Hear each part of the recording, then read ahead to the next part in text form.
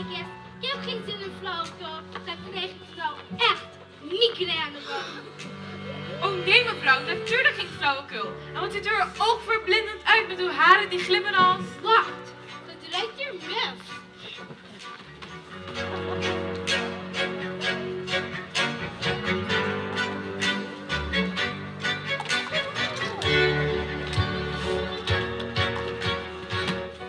Dus de reden waarvoor we hier zijn gekomen...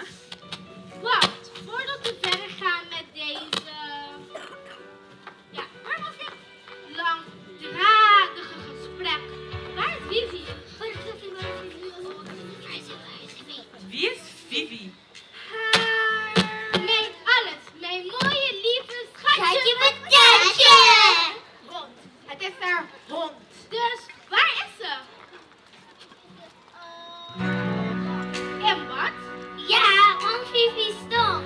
U wilt toch niet dat Fifi stinkt? Dat is waar.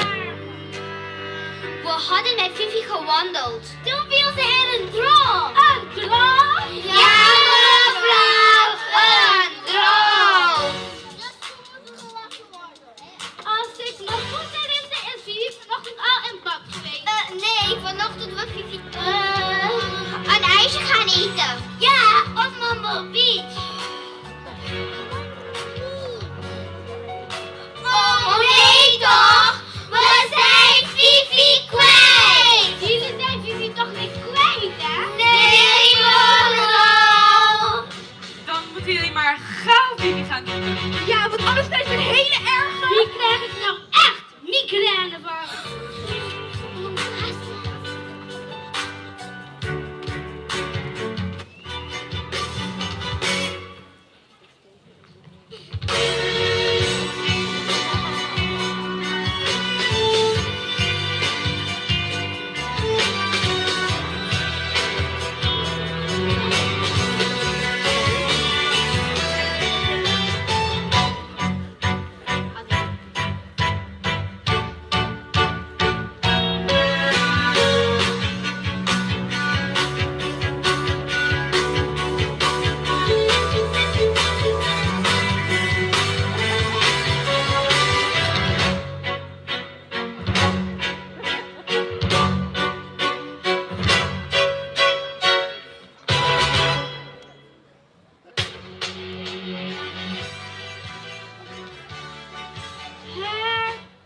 Herkenbaar. Prachtig. En zodra Vivi gevonden is, heeft u misschien wat tijd om na te denken voor wat geld voor mijn theater. En had ik al gezegd dat u er oogverblindend uitziet. Ik zou het geld echt kunnen gebruiken, anders kunnen we geen show geven. Ja, en het is niet alsof er helemaal geen geld is. Moon heeft een groot schatkist staan met de prijs van 100.000 gulden. Echt veel geld. Goed dat je wel gelukt is, Moon. Horen jullie dat?